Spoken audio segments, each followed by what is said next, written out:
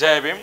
జై భీమ్ దినపత్రికల ప్రధాన వార్తలు, వివిధ దినపత్రికల ప్రధాన వార్తల సారాంశం మార్నింగ్ వార్తలు ముందు ప్రధానంగా అయితే నిన్న జరిగినటువంటి సంఘటన అయితే మన అందరికీ తెలిసిందే. తెలుగు రాష్ట్రాలతో పాటు ప్రపంచవ్యాప్తంగా దేశవ్యాప్తంగా అల్లు ఫ్యాన్స్ అయితే చాలా వరకు ఇబ్బంది పడ్డటువంటి పరిస్థితి చూసినాం. మనం ఏదైతే అల్లు అర్జున్ ఉన్నాడో అల్లు అర్జున్కి సంబంధించినటువంటి పుష్ప 2 సినిమాకి సంబంధించినటువంటి అంశం తీసుకుంటే సంధ్య థియేటర్లో జరిగిన వివాదము, సంధ్య థియేటర్లో జరిగినటువంటి తొక్కిసలాటలో ఒక మహిళ మృతి చెందినటువంటి విషయంలో బిఎన్ఏ చట్టాలు బలంగా ఉన్నప్పటికీ బిఎన్ఏ చట్టాల పరిస్థితిని దృష్టిలో పెట్టుకొని బిఎన్ఏ చట్టాల రూపకంగా ఆయన మీద కేసు నమోదైన జరిగింది. ఆ కేసుకి సంబంధించినటువంటి ప్రధానంగా కూడా మనం అది ఎవరి కూడా నాన్ బెయిలబుల్ వారంటీ కేసుకి సంబంధించిన అంశం తీసుకుంటే ఎవరికి కూడా అది బెయిల్ ఇచ్చేటువంటి పరిస్థితి కూడా ఉండదు ఆ కేసులకు సంబంధించి ఆ సెక్షన్కి సంబంధించి ఆ బిఎన్ఏ చట్టాలు. కానీ అల్లు అర్జున్ నిందితుల్లో A11 నిందితుడిగా ఉన్నాడు. అక్కడ ఉన్నటువంటి A11 నిందితుడికి ఎట్లా బెయిల్ ఇస్తారన్నటువంటి పరిస్థితి మనం రాసిన దానికి సంబంధించినటువంటి ప్రధాన వార్త అయితే జయవీంద్ర పత్రికలు రాసినటువంటి ప్రధాన వార్త వచ్చిన మధ్యంతర బెయిల్ వెనక మతలాబేంటి అనేటువంటి ప్రధాన వార్త రాసినాం. ఇది సామాన్యులకే వర్తిస్తుందా, లేకపోతే సినీ హీరోలకే వర్తిస్తుందా, లేకపోతే ఆర్థికంగా ఉన్నలకే వర్తిస్తుందా, పలుకుబడిని ఉపయోగించుకుంటే ఎవరికైనా సాధ్యమైంది అన్నటువంటి ప్రధాన వార్త కూడా ఇక్కడ రాసినాం. మనం రహస్య మంతనాలే రాజగుదిరి ఛాయ 14 రోజులు రిమాండ్ విధించి మధ్యంతర బెయిల్ మంజూరు చేశారు. థియేటర్ యజమానికో న్యాయం, హీరోకో న్యాయమా, సందర్భం ఏదైనా కేసు ఒక్కటేగా, చట్ట పరిధిలో దోషులందరూ సమానమైనప్పుడు శిక్షలో వ్యత్యాసమేంది, A11కు బెయిల్ మంజూరు, మిగిలిన వాళ్ళ సంగతి ఏంది, బెయిల్ మంజూరు ఏ పద్ధతిలో చేశారు, చట్టాలపై సామాన్యులకు నమ్మకం పోతుంది, మిగతా వాళ్ళ విషయంలో ఎందుకు ఇలా జరగలేదు, పలుకుబడి ముందు నిజాయితీ ఓడిపోతుంది, బిఎన్ఏ చట్టాలు ఉన్నోళ్ళకు ఒకలా లేనోళ్ళకు ఒకలా వర్తిస్తున్నాయి, స్కాష్ పిటిషన్ విచారణలో ఉండగా బెయిల్ ఎలా ఇచ్చారు, బన్నీ విషయంలో అధికార తత్వం లొంగుబాటైందా, న్యాయ వ్యవస్థలపై నమ్మకం పోతుంది, డాక్టర్ పరిగెల శివ. ఇక్కడ ఉన్నటువంటి ప్రధానంగా వార్త, ఇక్కడ ఉన్నటువంటి రహస్య మంతనాలు ఎవరితో జరిపారు. అక్కడ ఉన్నటువంటి 14 రోజులు రిమాండ్ చెప్పిన తర్వాత 14 రోజులు జైల్లో ఉండవలసినటువంటి బన్నీ ఎందుకు మధ్యంతర బెయిల్ అత్యవసరంగా ఎందుకు బెయిల్ వచ్చింది, దీని వెనుక నిజంగా ఎవరున్నారు, ఎన్ని కోట్ల రూపాయలు చేతులు మారినాయి, ఇక్కడ ఉన్నటువంటి వ్యవస్థలో ఐకాన్ స్టార్గా ఉన్నటువంటి అల్లు అర్జున్కు ఉన్నటువంటి ఆ వ్యక్తులు ఎవరు, అక్కడ ఉన్నటువంటి పల్లవి ప్రశాంత్ బిగ్ బాస్కి విన్నర్గా గెలిచిన తర్వాత ఆయనకు ఉన్నటువంటి అభిమానులు, అది చూసినటువంటి ఏదైతే బిగ్ బాస్ అనేటువంటి అభిమానులు ఎవరైతున్నారో రోడ్ల మీదకి వచ్చి మామూలుగా వాళ్ళు సంబరాలు వేసుకుంటూ పోతుంటే ఆయన మీద కేసు పెట్టి జైలు వేసినటువంటి సందర్భాలు కూడా ఉన్నాయి. ఆయనకు వచ్చినటువంటి బిగ్ బాస్లో విన్నర్గా అయినటువంటి సందర్భంలో అనేక మంది అభిమానులు ఎవరో తెలియదు కానీ ఆ రోడ్డు మీద వెళ్తుంటే ఆయనను అరెస్ట్ చేసి జైలు వేసినటువంటి సందర్భాలు ఉంటున్నాయి. మరి ఇక్కడ ఎవరో ఏమో తెలియదు అన్నటువంటి నేపథ్యంలో ఇక్కడ ఉన్నటువంటి బౌన్సర్ల చేతిలో అక్కడ ఉన్నటువంటి యాజమాన్యం దృష్టిలో పెట్టుకొని అక్కడ ఉన్నటువంటి ఐకాన్ స్టార్గా ఉన్నటువంటి ఇక్కడ అల్లు అర్జున్కు ఒక న్యాయము, పేదోడికి ఒక న్యాయము, అక్కడ యాజమాన్యానికి ఎవరైతే సినిమా థియేటర్ ఓనర్లు వాళ్ళకో న్యాయమా అనేటువంటిది ప్రధాన వార్త. ఇక్కడ ఉన్నటువంటి వార్త A11కు బెయిల్ మంజూరు, మిగిలిన వాళ్ళ సంగతి ఏంది, బెయిల్ మంజూరు ఏ పద్ధతిలో చేశారు, ఏ కోణంలో చేశారు, 14 రోజులు రిమాండ్ విధించినటువంటి కోర్టు అదే కోర్టు వెంటనే బెయిల్ ఎలా మంజూరు చేసింది, మరి ఇది ఎట్లా సాధ్యమైంది అనేది ప్రధాన చట్టాలు. బిఎన్ఏ చట్టాలు ఉన్నోళ్ళకు ఒకలాగా లేనోళ్ళకు ఒకలా వర్తిస్తాయా, ఇప్పుడున్నటువంటి చట్టాలు ఉన్నోళ్ళకు ఒకలాగా లేకపోతే లేనోళ్ళకు ఒకలాగా వర్తిస్తాయా అనేటువంటిది కూడా ప్రధానంగా ఉన్నటువంటి వ్యవస్థ. న్యాయ వ్యవస్థలపై నమ్మకం బలపడాలంటే చట్టాలు అవలంబిస్తున్న శిక్షలు అందరికీ సమానంగా వర్తింపజేయాలని డాక్టర్ పరిగెల శివ అన్నారు. తెలుగు సినిమా హీరో అల్లు అర్జున్పై పోలీస్ శాఖ నమోదు చేసిన కేసులో ఒకవైపు న్యాయస్థానంలో క్యాష్ పిటిషన్ విచారణ కొనసాగుతుండగా శుక్రవారం ఉదయం కేసు విచారణలో భాగంగా ముద్ద A11గా అరెస్టు చేసి కోర్టుకు తరలించాగా కోర్టులో జరిగిన వాదోపవాదనలు క్షుణ్ణంగా పరిశీలించిన న్యాయమూర్తి 14 రోజులు రిమాండ్ విధిస్తూ చంచల్గూడ జైలుకు తరలింపజేశారు. ఇంతలోనే రహస్య మంతనాలు జరిగాయో తెలియదో కానీ ఉన్నపాటుగా మధ్యంతర బెయిల్ మంజూరు చేస్తూ ఉన్నత న్యాయస్థానం తీర్పును వివరించడం పట్ల తెలంగాణ ప్రజలకు పలు అనుమానాలు వ్యక్తమవుతున్నాయి. ఎవరి ఇష్టానుసారంగా వాళ్ళు పైరలు చేసుకుంటూ వ్యక్తిగతంగా లబ్ధి పొందుతుంటే పోలీసు యంత్రాంగం, న్యాయస్థానాల యంత్రాంగం ఉండేందుకు అన్నారు.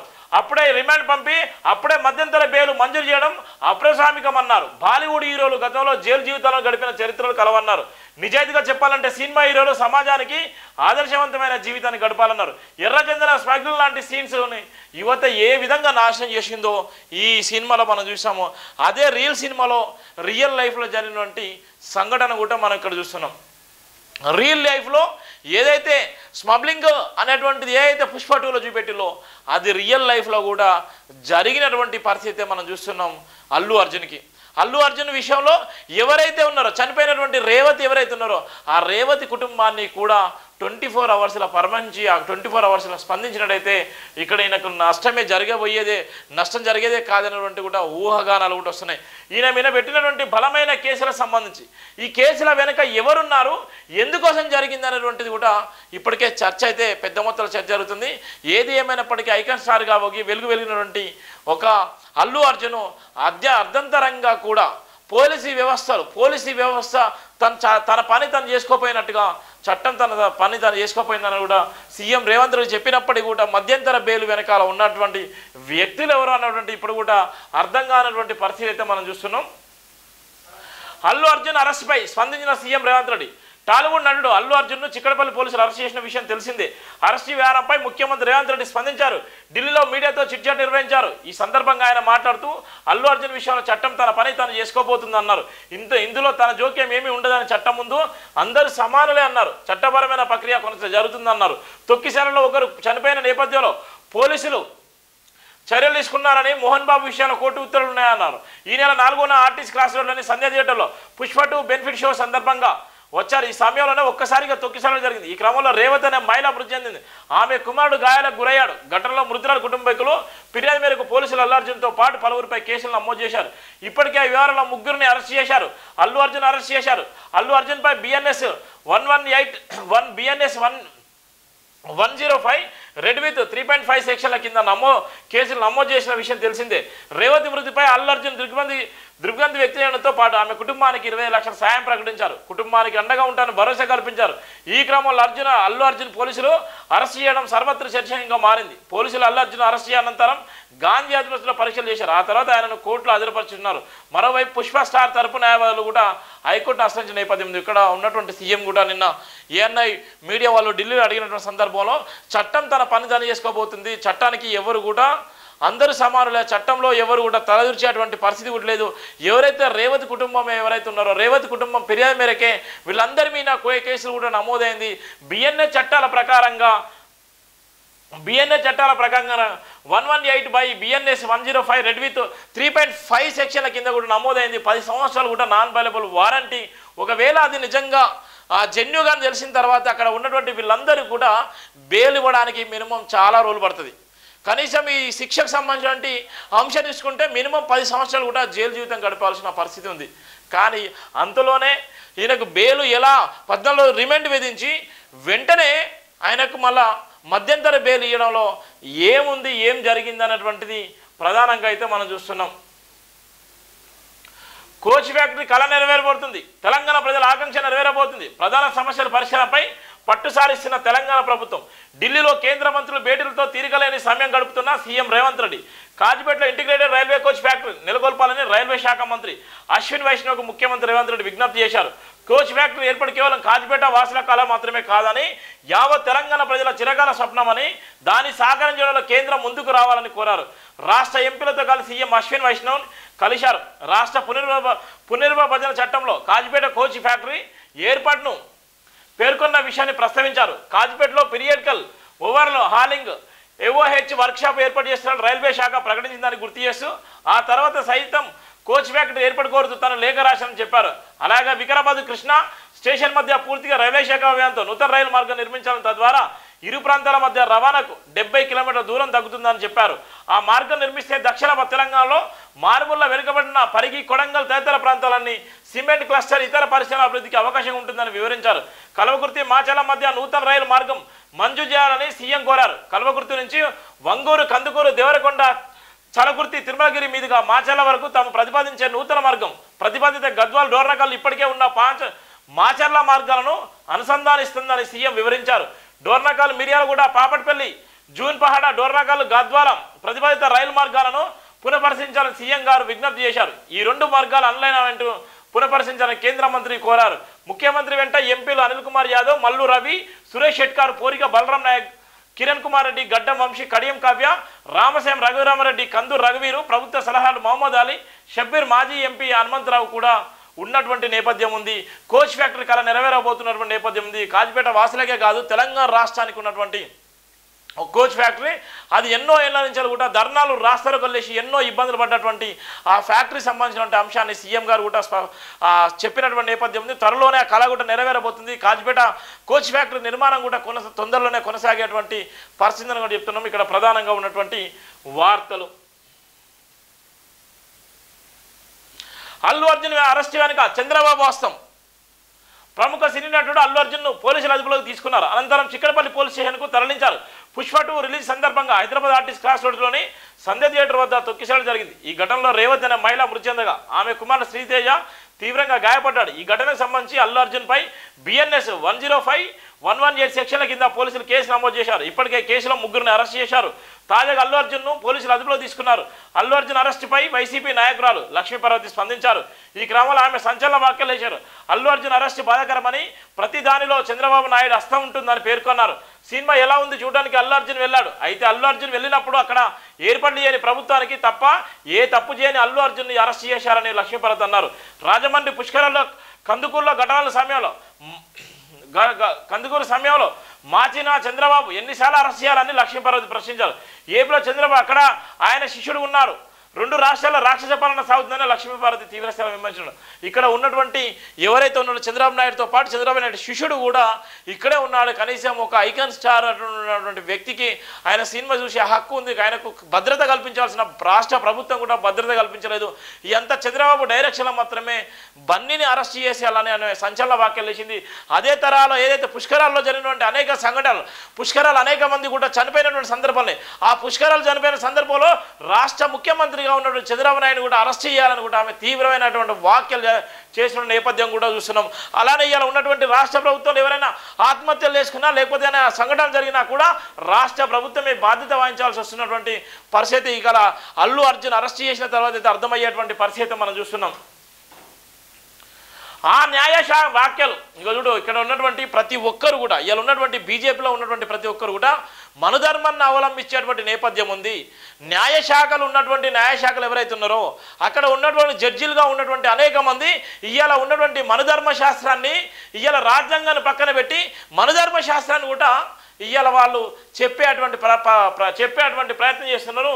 ఇక్కడ ఉన్నటువంటి ఆ న్యాయ వాక్యాలు అలహాబాద్ హైకోర్టు న్యాయమూర్తి జస్టిస్ శేఖర్ కుమార్ యాదవ్ విశ్వ హిందూ పరిషత్ సమావేశంలో పాల్గొనడమే కాక ఆ సందర్భంగా చేసిన పక్షపాత అన్యాయపూరిత వ్యాఖ్యలు రాజ్యాంగ విరుద్ధం. హైకోర్టు న్యాయమూర్తిగా ఉన్న వ్యక్తి రాజ్యాంగ స్ఫూర్తికి భారతీయ శిక్షణ స్మృతులను కట్టుబడి వ్యవహరించాలి. కానీ ఈ నియమ నిబంధనలకు నిర్లోదులు ఒక మతానికి అనుకూలంగా మాట్లాడడం, మరో మతాన్ని కించపరిచే దేశించే వ్యాఖ్యలు చేయడం కూడాని పని. శేఖర్ కుమార్ యాదవ్ ఒక సాధారణ వ్యక్తి, ఒక మత సంస్థకు నాయకుడు అయి ఉంటే వేరే విషయం. ఆయన భారత రాజ్యాంగానికి లోబడిన విచక్షణతో విలువలతో విధులను నిర్వహించాల్సిన ఉన్నత పదవిలో ఉన్నారు.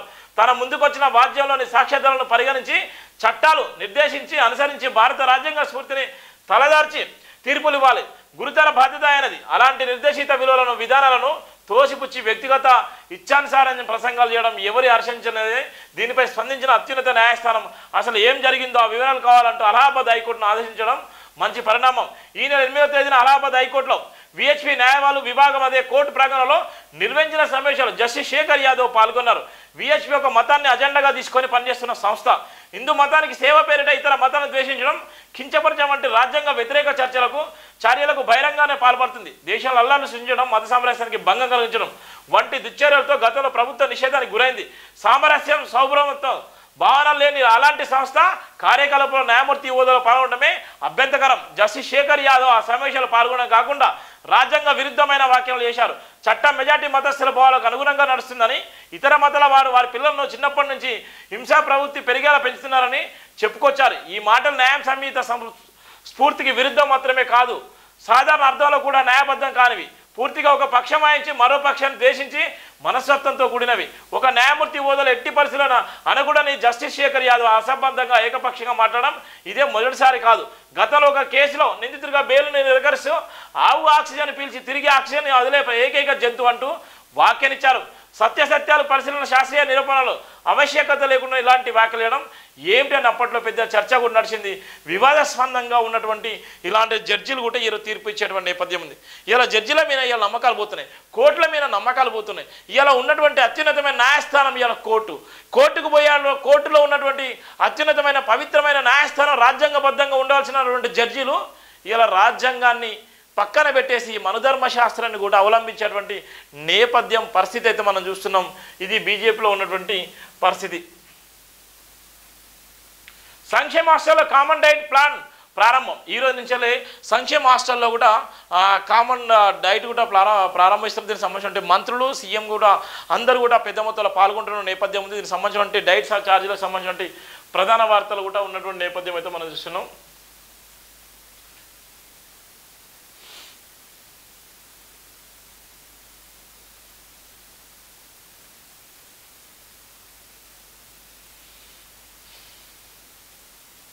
కేబినెట్ విస్తరణకు మరికొంత సమయం, 1800 కోట్లు విడుదల చేయండి, 408 కోట్లు ఏపీ నుంచి ఇప్పించండి, రాష్ట్ర పునర్విభజన హామీలు అమలు చేయండి. కేంద్ర ఆర్థిక మంత్రి నిర్మలా సీతారామన్కు సీఎం రేవంత్ రెడ్డి వినతి. వెనుకబడిన జిల్లాలో కేంద్రం నుంచి రావాల్సిన గ్రాంట్పై చర్చ. కాజిపేట కోచ్ ఫ్యాక్టరీ నెలకొల్పండి. రైల్వే మంత్రి అశ్విన్ వైష్ణవ్ కూడా రేవంత్ రెడ్డి విజ్ఞప్తి చేసిన నేపథ్యం కూడా చూస్తున్నాం. పీసీ చీఫ్ డిప్యూటీ సీఎం ముఖ్య నేతలతో చర్చించాలి, ఆ తర్వాత ఫైనల్ డిసిజన్. ప్రస్తుతం పార్లమెంట్ అసెంబ్లీ సమావేశాలు అంతా బిజీ. ఢిల్లీ పర్యటనలో మంత్రివర్గ విస్తరణపై చర్చ జరగలేదు. చట్టం ముందు అందరు సమానమే, థియేటర్ వద్ద ప్రారంభమైన కేసు పెట్టొద్దా, సినిమా వాళ్ళు ప్రత్యేకంగా దేశం కోసం చేసింది ఏం లేదు. గతంలో నేను సూపర్ స్టార్ కృష్ణ ఫ్యాన్, ఇప్పుడు నేనే స్టార్, నాకు ఫ్యాన్స్ ఉన్నారు, ఉండాలి కూడా. ఢిల్లీలో సీఎం రేవంత్ రెడ్డి సంచలన వ్యాఖ్యలు చేసిన ఆయన. గతంలో కూడా సూపర్ స్టార్ కృష్ణ ఫ్యాన్, ఇప్పుడు నాకు కూడా ఫ్యాన్స్ ఉన్నారు, ఉంటారు అనేటువంటి నేపథ్యం ఉంది. ఎవరైనా నిజంగా సినిమా తారలకు, ఎవరైతే సినీ ఫీల్డ్కి సంబంధించిన ఎవరైతే ఉన్నారో, సినీ ఫీల్డ్కి సంబంధించిన వాళ్ళు నిజంగా ఎక్కడన్నా మానవతా దృక్పథం ఏమైనా చేశారా, ఏమైనా సేవ చేశారా, ఏమన్నా ఉందా అని కూడా చెప్తున్నటువంటి వ్యాఖ్యలు అయితే చూస్తున్నాం మనం.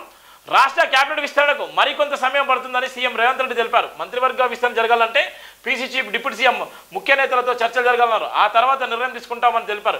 ఢిల్లీ పర్యటనలో ఉన్న సీఎం రేవంత్ రెడ్డి పార్లమెంట్లో శుక్రవారం మంత్రులు, కాంగ్రెస్ ఎంపీలను కలిసిన అనంతరం మీడియా చిట్చాట్లో పాల్గొన్నారు. సాయంత్రం ఒక న్యూస్ ఛానల్తో మాట్లాడారు. ఈ సందర్భంగా పలు కీలక విషయాలపై ఆయన వ్యక్తి ఆసక్తికర కామెంట్ చేశారు.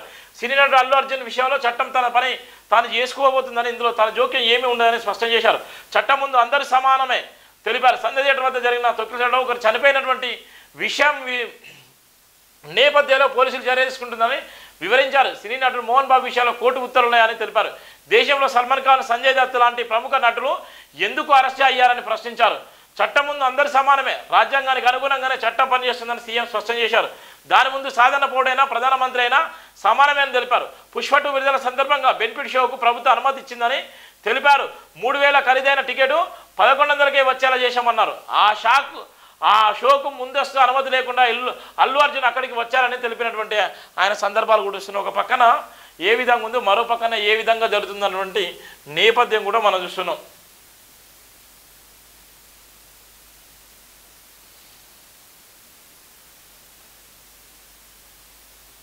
కన్నులను మరిస్తే ఆస్తి రివర్స్, కొడుకు పట్టించుకోవడం లేదని కలెక్టర్ వృద్ధుడి ఫిర్యాదు.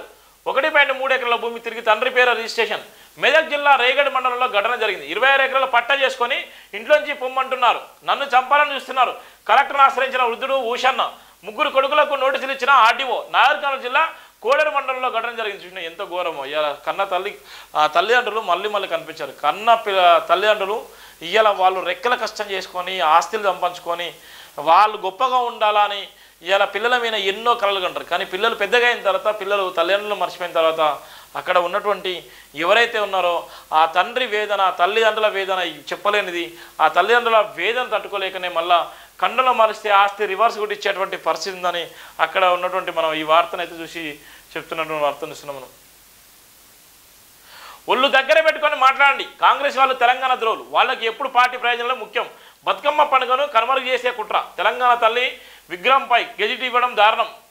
నేడే రౌండ్ టేబుల్ సమావేశం. ఎమ్మెల్సీ కల్వకుంట్ల కవిత. కాంగ్రెస్ నేతలు ఒళ్ళు దగ్గర పెట్టుకొని మాట్లాడాలని ఎమ్మెల్సీ కల్వకుంట్ల కవిత ఫైర్ అయ్యారని, బతుకమ్మ ఎవరిదని, తెలంగాణ తల్లి చేతులు ఎందుకు ఉండాలని ఆ పార్టీ నేతలు వెర్రి ప్రశ్నలు వేస్తున్నారని విమర్శించారు. కాంగ్రెస్ వాళ్ళు తెలంగాణ వాళ్ళు కానీ వారికి పార్టీ ప్రయోజనాలు ముఖ్యమని ఆమె ఆరోపించిన నేపథ్యం కూడా మనం చూస్తున్నాం. ఎల్లుండి లోక్సభలోకి జమిల్ బిల్లులు ప్రవేశపెట్టిన కేంద్ర మంత్రి అర్జున్ రామ్ మేఘవాల్. ఇప్పటికే సభ ముందుకు బిల్లు కాపీలు.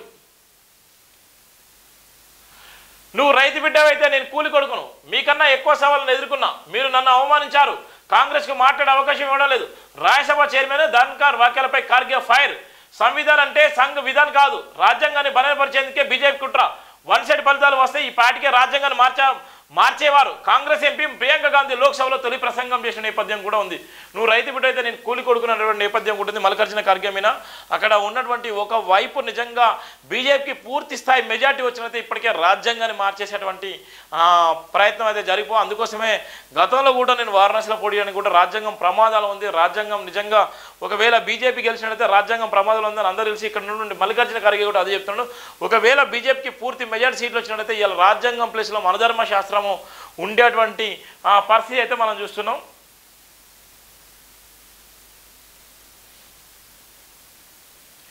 అధికారి రాకుంటే పిలిచి సమాచారం ఇవ్వండి, సమగ్ర వివరాలు లేకుంటే రిలేషన్లు తగ్గే ప్రమాదం, పథకాలు సైతం దూరం అయ్యే అవకాశం, సర్వే చేయించుకునేలా కుల సంఘాలు చొరవ చూపాలి. మంత్రి పొన్నం ప్రభాకర్. సర్వే అధికారులు రాకుంటే పిలిపించుకొని సమాచారం ఇవ్వాలని మంత్రి పొన్నం ప్రభాకర్ సూచించారు. లేదంటే రిజర్వేషన్ తగ్గడంలో పాటు పథకాలు సైతం దూరం అయ్యే ప్రమాదం ఉందని తెలిపారు.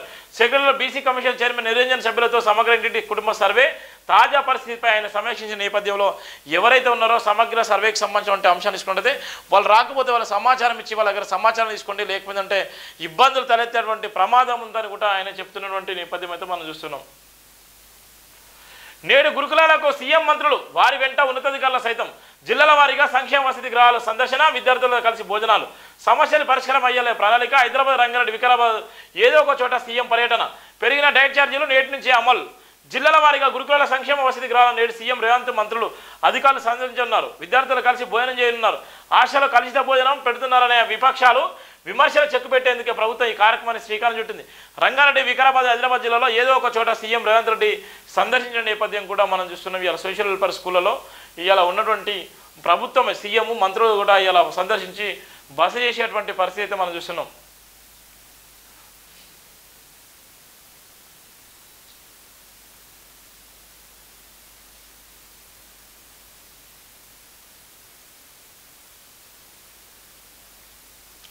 ఆ రోజు ఏం జరిగిందంటే ఈ నెల 4న ఆర్టిస్ట్ క్లాస్ సంధ్యా థియేటర్లో పుష్ప 2 బెనిఫిట్ షో.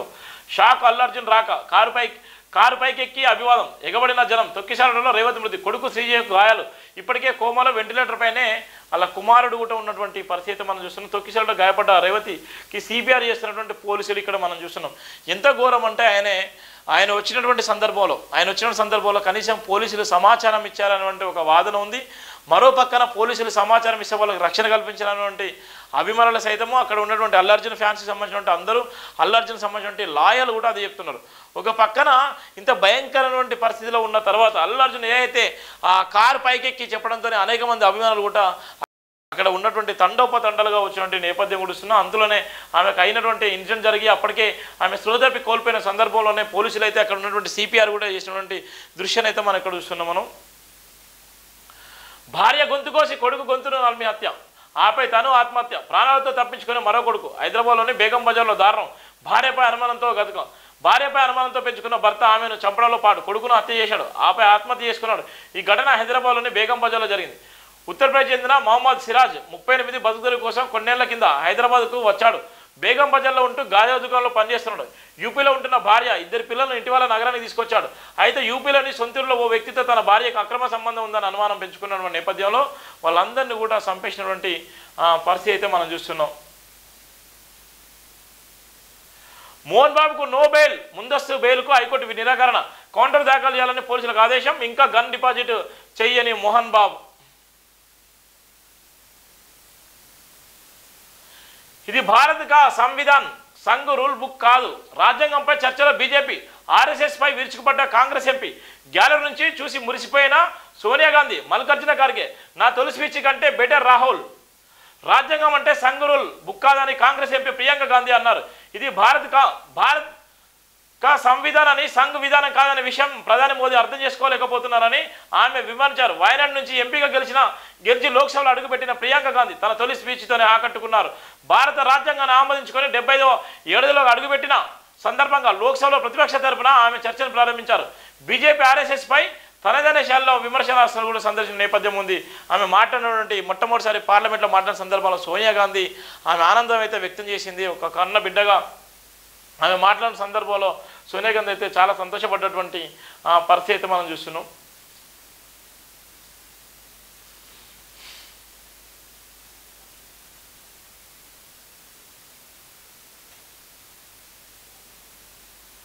మాతో ఆడుకోదు, అరెస్ట్ చేసిన మామూలను వెంటనే ఇడిచిపెట్టుకోండి. ముఖ్యమంత్రి మనసు ఎందుకు కలుగుతలేదు? నిద్రాలను మాని మేము రోజులు గడుపుతున్నాం. ఊర్లో మగ పురుగులు అనేది లేకుండా పోయింది. తల్లడిల్లుతున్న హిరియా నాయక్ తల్లి కుటుంబం. లగచర్ల గేట్ రోడ్డుపై బాధిత కుటుంబాల ధర్నా. రైతులను విడుదల చేయాలంటున్న మానవ సంఘాలు, ప్రజా సంఘాలు ఇక్కడ కూడా వాళ్ళు ధర్నాలు చేస్తున్నారు. ఏదైతే మొన్న అరెస్ట్ అయినటువంటి లగచర్ల సంఘటన ఏదైతే ఉందో లగచర్ల సంఘటన విషయంలో అనేక మందిని కూడా అరెస్ట్ చేసిళ్ళు. అరెస్ట్ చేసినటువంటి సందర్భం కూడా మనం వస్తున్నాం. వాళ్ళందరినీ కూడా అరెస్ట్ చేయాలని కూడా వాళ్ళు రోడ్ల మీదకి వచ్చి కూడా ధర్నాలు చేసేటువంటి పరిస్థితి మనం చూస్తున్నాం. జానారెడ్డి ఇంటికి మార్కింగ్. రోడ్డు విస్తరణకు పనుల కోసం సర్కారు పార్కింగ్ స్థలం ఇచ్చేదే లేదంటున్న మాజీ మంత్రి జానారెడ్డి. ఎన్నో ప్రభుత్వాలు చూసినా కానీ ఇదేంది సీఎంతో మాట్లాడతానంటూ అధికారులకు స్పష్టీకరణ. భూసేకరణపై నటుడు బాలకృష్ణ కూడా అసంతృప్తి. కేబీఆర్ పార్కుపై ఓవర్లో నిర్మాణ పనులపై నిలువెల్లు. టెండర్ల దశలోనే వివాదాస్పదంగా మారిన ప్రాజెక్టు. ప్రభుత్వ యంత్రాంగానికి సవాల్గా భూసేకరణ. నా ఇంటికే టెండర్ వేస్తారా? సీఎంతో మాట్లాడతా. ఎన్నో ప్రభుత్వాలు చూశా, నా ఇంటి స్థలం ఇచ్చే ప్రసక్తే లేదంటూ మాజీ మంత్రి కాంగ్రెస్ సీనియర్ నేత జానారెడ్డి తన ఇంటి వద్ద మార్కింగ్ చేసేందుకు వెళ్లిన అధికారులపై కస్సుబుసులాడినట్టు అధికార వర్గాల్లో చర్చ జరుగుతున్నది. ఆయనతో పాటు నటుడు ఏపీకి చెందిన టీడీపీ ఎమ్మెల్యే నందమూరి బాలకృష్ణ కూడా తీవ్ర అసంతృప్తితో ఉన్నట్టు ప్రచారం జరుగుతుంది. వివరాలకు వెళ్తే హైదరాబాద్లోని కేబీఆర్ పార్కు చుట్టూ ట్రాఫిక్ సమస్యను పరిష్కరించేందుకు ఫ్లైఓవర్లు అండర్ పాస్ నిర్మించాలని ప్రభుత్వం నిర్వహించింది. ఇందులో భాగంగా Hyderabad city innovative and transformative infrastructure HCITI project కింద 1090 కోట్లతో 8 స్టీల్ బ్రిడ్జిలు 6 అండర్ పాస్ నిర్మాణానికి పరిపాలన అనుమతులు మంజూరు చేసి వారం రోజులు టెండర్లు పిలిచేందుకు రంగం సిద్ధమవుతుంది. ఈ నేపథ్యంలో ఫ్లైఓవర్ నిర్మాణానికి అవసరమైన పిల్లలు వేయాల్సిన నేపథ్యంలో ఇక్కడ ఉన్నటువంటి ఏదైతే ఉందో వాళ్ళకు కూడా సహకరించాలనేటువంటి పరిస్థితి ఉందనేటువంటి వార్తనైతే మనం చూస్తున్నాం.